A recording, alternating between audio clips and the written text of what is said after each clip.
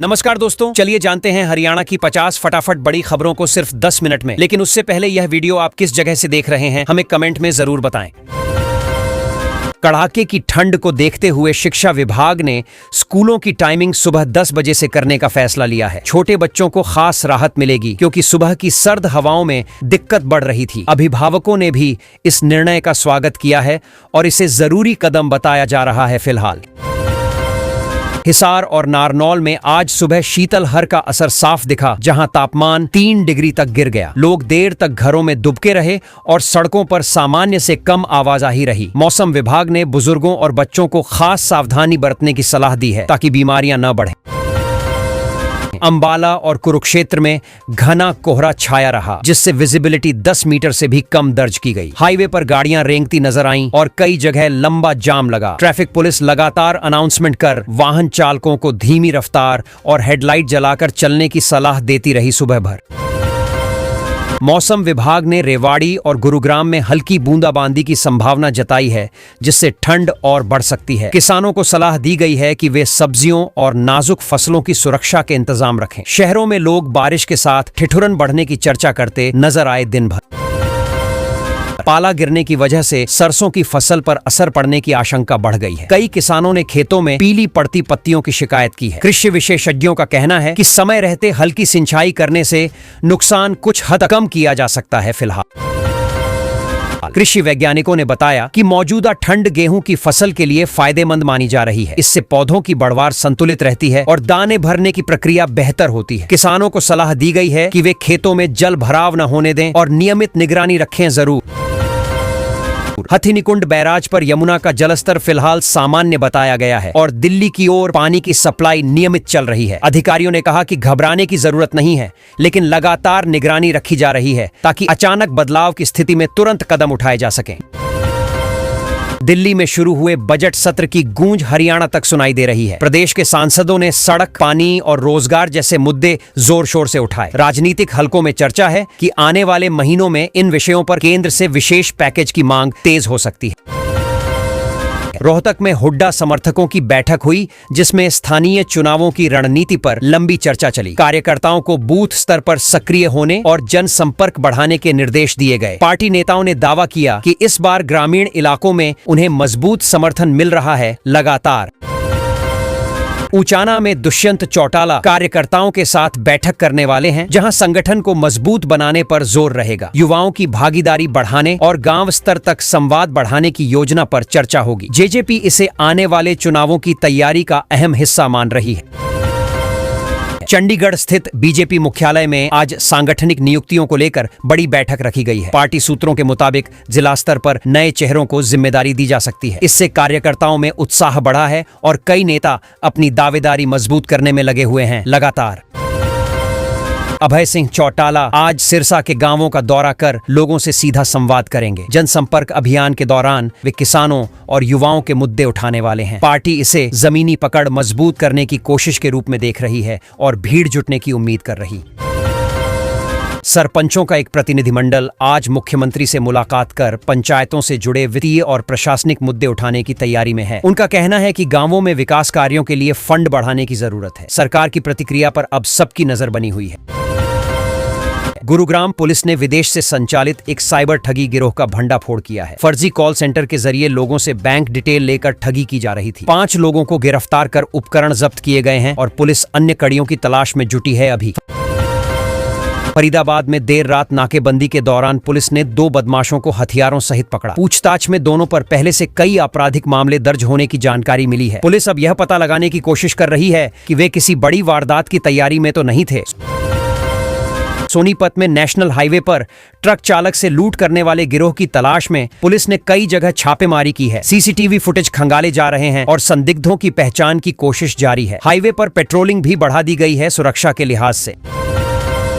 पानीपत में खाद्य विभाग की टीम ने मिलावटी सामान के शक में 3 दुकानों को सील कर सैंपल जांच के लिए भेजे हैं। त्योहारों से पहले मिलावट रोकने के लिए अभियान तेज किया गया है। अधिकारियों ने दुकानदारों को साफ चेतावनी दी है कि नियम तोड़ने पर सख्त कार्रवाई होगी। फतेहाबाद पुलिस ने 500 ग्राम हेरोइन के साथ एक तस्कर को गिरफ्तार किया है। बरामद नशे की कीमत लाखों में बताई जा रही है। पुलिस अब सप्लाई चेन का पता लगाने में जुटी है ताकि नेटवर्क के बाकी सदस्यों तक भी पहुंचा जा सके जल्द। अंबाला जेल में आला अधिकारियों ने अचानक निरीक्षण कर सुरक्षा व्यवस्था की जांच की। बैरकों, सीसीटीवी और मुलाकात व्यवस्था की बारीकी से समीक्षा की गई। अधिकारियों ने कहा कि जेलों में सुरक्षा के साथ सुधारात्मक माहौल बनाए रखना भी उतना ही जरूरी है लगातार। गुरुग्राम में हुडा सिटी सेंटर से आगे नए मेट्रो रूट के सर्वे का काम शुरू हुआ है। इससे रोजाना सफर करने वालों को बड़ी राहत मिलने की उम्मीद है। स्थानीय लोग लंबे समय से इस विस्तार की मांग कर रहे थे, जो अब जमीन पर उतरता दिख रहा है। केएमपी एक्सप्रेसवे पर घने कोहरे की वजह से 4 गाड़ियां आपस में टकरा गईं। राहत की बात रही कि कोई बड़ा नुकसान या हताहत नहीं हुआ। पुलिस ने मौके पर पहुंचकर ट्रैफिक संभाला और चालकों को सावधानी से वाहन चलाने की सख्त हिदायत दी। सुबह पंचकूला नगर निगम ने डंपिंग यार्ड की सफाई के लिए विशेष अभियान शुरू किया है। लंबे समय से जमा कचरे को वैज्ञानिक तरीके से निपटाने की योजना है। आसपास रहने वाले लोगों ने बदबू और प्रदूषण से राहत मिलने की उम्मीद जताई है इस कदम के बाद। स्मार्ट सिटी फरीदाबाद में प्रमुख चौराहों पर हाईटेक कैमरे लगाने का काम अंतिम चरण में पहुंच गया है। इससे ट्रैफिक नियमों के उल्लंघन पर नजर रखना आसान होगा। अधिकारियों का कहना है कि इससे अपराध नियंत्रण में भी मदद मिलेगी आने वाले समय में। मेंटेनेंस कार्य के कारण करनाल के कुछ सेक्टरों में आज 3 घंटे बिजली कटौती रहेगी। बिजली विभाग ने पहले ही सूचना जारी कर लोगों से सहयोग की अपील की है। जरूरी काम पहले निपटाने की सलाह दी गई है ताकि दिक्कत कम हो सके। आज बहादुरगढ़ में अवैध कॉलोनियों पर प्रशासन ने कार्रवाई करते हुए कई निर्माण ढा दिए। अधिकारियों का कहना है कि बिना मंजूरी निर्माण करने वालों के खिलाफ अभियान जारी रहेगा। स्थानीय लोगों में मिलीजुली प्रतिक्रिया देखने को मिली है इस सख्त कदम पर। बोर्ड परीक्षाओं के एडमिट कार्ड आज से ऑनलाइन पोर्टल पर उपलब्ध कर दिए गए हैं। छात्रों को सलाह दी गई है कि वे समय रहते डाउनलोड कर विवरण जांच लें। किसी गलती की स्थिति में तुरंत स्कूल प्रशासन से संपर्क करने को कहा गया है। कुरुक्षेत्र यूनिवर्सिटी में नए रिसर्च विंग के उद्घाटन की तैयारी चल रही है और आज निरीक्षण होना है। यह विंग आधुनिक लैब सुविधाओं से लैस होगा। शिक्षकों और शोधार्थियों को उम्मीद है कि इससे उच्च स्तरीय शोध को बढ़ावा मिलेगा आगे। गुरुग्राम में प्राइवेट जॉब फेयर का आयोजन हो रहा है, जहां कई बड़ी कंपनियां युवाओं को मौके देंगी। तकनीकी और मैनेजमेंट क्षेत्र की नौकरियों पर खास जोर रहेगा। आयोजकों ने कहा कि इससे स्थानीय युवाओं को घर के पास रोजगार मिल सकेगा। रोहतक में बिना रजिस्ट्रेशन चल रहे 4 कोचिंग सेंटरों को नोटिस जारी किए गए हैं। शिक्षा विभाग ने नियमों का पालन सुनिश्चित करने के लिए यह कदम उठाया है। अभिभावकों से भी अपील की गई है कि वे बच्चों का दाखिला मान्यता प्राप्त संस्थानों में ही कराएं। झज्जर में राज्य स्तरीय कुश्ती प्रतियोगिता का आगाज हो रहा है, जहां दूर दराज के पहलवान हिस्सा लेंगे। ग्रामीण इलाकों में इसे लेकर खास उत्साह है। खेल विभाग का कहना है कि ऐसी प्रतियोगिताएं पारंपरिक खेलों को नई पहचान देती हैं। लगातार नीरज चोपड़ा के अगले टूर्नामेंट को लेकर पानीपत सहित पूरे हरियाणा में चर्चा है। युवा खिलाड़ी उन्हें अपना आदर्श मानते हैं। खेल प्रेमियों को उम्मीद है कि वे फिर देश का नाम रोशन करेंगे और नई पीढ़ी को एथलेटिक्स की ओर प्रेरित करेंगे। भिवानी में इंटर डिस्ट्रिक्ट क्रिकेट टूर्नामेंट शुरू हो रहा है, जिसमें कई उभरते खिलाड़ी अपनी प्रतिभा दिखाएंगे। चयनकर्ताओं की नजर भी इन मैचों पर रहेगी। स्थानीय स्तर पर क्रिकेट को बढ़ावा देने के लिए इसे अहम कदम माना जा रहा है। हरियाणवी फिल्म ढाकड़ का ट्रेलर आज रिलीज होने वाला है, जिसे लेकर सोशल मीडिया पर उत्सुकता दिख रही है। क्षेत्रीय सिनेमा लगातार नई कहानियों के साथ आगे बढ़ रहा है। कलाकारों को उम्मीद है कि फिल्म दर्शकों का अच्छा समर्थन पाएगी। प्रो कबड्डी के अगले सीजन के लिए हरियाणा स्टीलर्स के ट्रायल शुरू हो रहे हैं। युवा खिलाड़ी चयन का मौका पाने के लिए बड़ी संख्या में पहुंच रहे हैं। कोचिंग स्टाफ फिटनेस और फुर्ती पर खास ध्यान दे रहा है इस चयन प्रक्रिया में।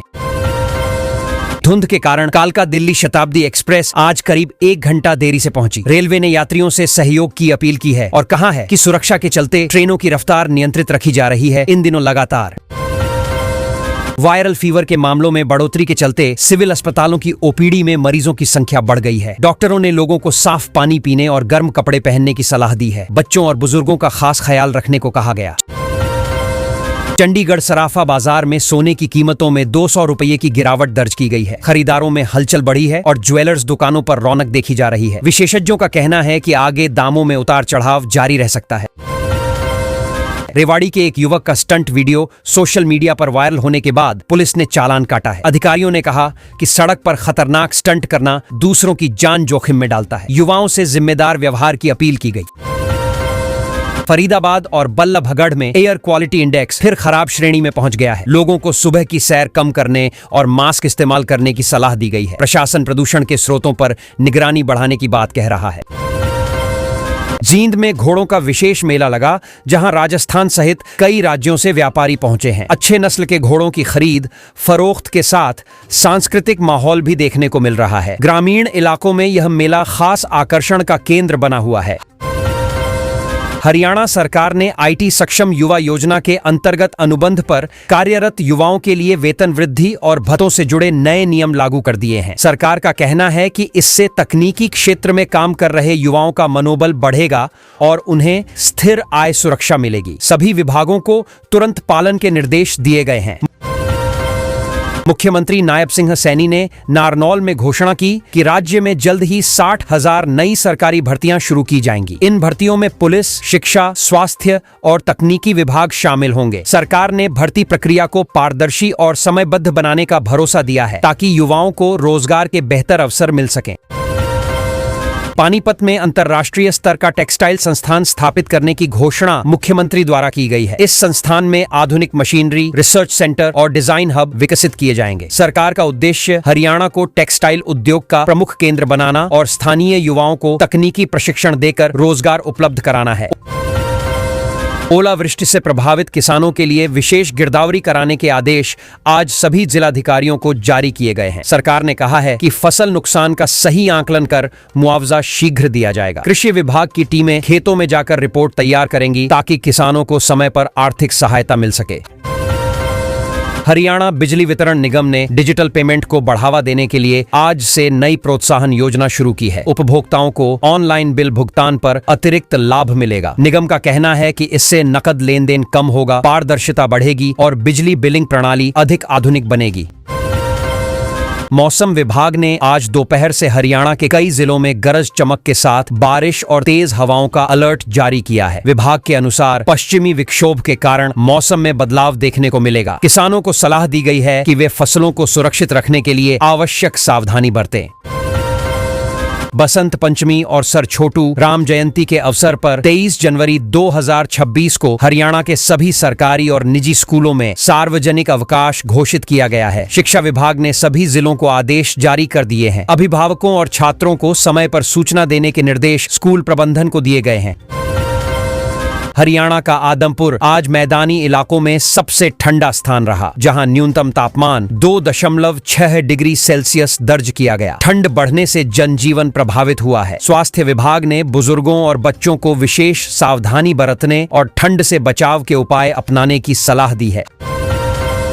हरियाणा सरकार ने आर्थिक रूप से कमजोर वर्ग के लिए बड़ी राहत देते हुए EWSI सीमा को 6 लाख से बढ़ाकर 8 लाख रुपए वार्षिक कर दिया है। इस बदलाव से अधिक परिवारों को आरक्षण, शिक्षा और सरकारी योजनाओं का लाभ मिलेगा। नए नियम तत्काल प्रभाव से लागू होंगे और प्रमाण पत्र प्रक्रिया को भी सरल बनाने के निर्देश दिए गए हैं। राज्य सरकार ने घरेलू छतों पर सोलर पैनल लगाने वाली सब्सिडी योजना के आवेदन दोबारा शुरू कर दिए हैं। इस योजना से बिजली बिल में कमी आएगी और स्वच्छ ऊर्जा को बढ़ावा मिलेगा। सरकार का लक्ष्य अधिक से अधिक शहरी और ग्रामीण परिवारों को सौर ऊर्जा से जोड़ना है। हाल ही में मौसम खराब होने से फसल नुकसान झेल रहे किसानों के लिए मुआवजा प्रक्रिया शुरू कर दी गई है। सरकार द्वारा सत्यापन के बाद राशि सीधे किसानों के बैंक खातों में भेजी जा रही है। प्रशासन ने पारदर्शिता बनाए रखने और भुगतान में देरी न होने के निर्देश सभी जिलों को दिए हैं। फरीदाबाद में युवाओं के लिए नए कौशल विकास केंद्र के उद्घाटन की तैयारी पूरी कर ली गई है। यहां तकनीकी, डिजिटल और रोजगारोन्मुख प्रशिक्षण दिया जाएगा। सरकार का उद्देश्य युवाओं को आत्मनिर्भर बनाना और उद्योगों की जरूरत के अनुसार दक्ष मानव संसाधन तैयार करना है। ग्रामीण खेल प्रतिभाओं को बढ़ावा देने के लिए हरियाणा सरकार ने 50 मिनी स्टेडियमों के नवीनीकरण की घोषणा की है। खेल मंत्री के अनुसार इससे गांव स्तर पर सुविधाएं सुधरेंगी, युवाओं को बेहतर अभ्यास स्थल मिलेगा और राज्य को भविष्य में राष्ट्रीय, अंतर्राष्ट्रीय स्तर के खिलाड़ी मिल सकेंगे। प्रदेश के 10 अतिरिक्त जिलों में आधुनिक डिजिटल लाइब्रेरी खोलने के प्रस्ताव को मंजूरी दी गई है। इन लाइब्रेरी में ई बुक्स, ऑनलाइन जर्नल और प्रतियोगी परीक्षाओं की सामग्री उपलब्ध होगी। छात्रों और शोधार्थियों को घर के पास ही आधुनिक अध्ययन सुविधाएं उपलब्ध कराने का लक्ष्य रखा गया है। हरियाणा में बेरोजगारी भत्ता और ग्रुप डी रिक्त पदों से जुड़ा डेटा HKCL पोर्टल पर अपडेट करने की प्रक्रिया तेज कर दी गई है। इससे अभ्यर्थियों को सही जानकारी समय पर मिलेगी। सरकार का दावा है कि डिजिटल सिस्टम से भर्ती और लाभ वितरण अधिक पारदर्शी बनेगा। स्वयं सहायता समूहों से जुड़ी महिलाओं को डिजिटल मार्केटिंग की ट्रेनिंग देने का निर्णय लिया गया है। इस पहल से महिलाएं अपने उत्पाद ऑनलाइन बेच सकेंगी। सरकार का मानना है कि डिजिटल कौशल से महिला उद्यमिता मजबूत होगी और ग्रामीण अर्थव्यवस्था को नई दिशा मिलेगी।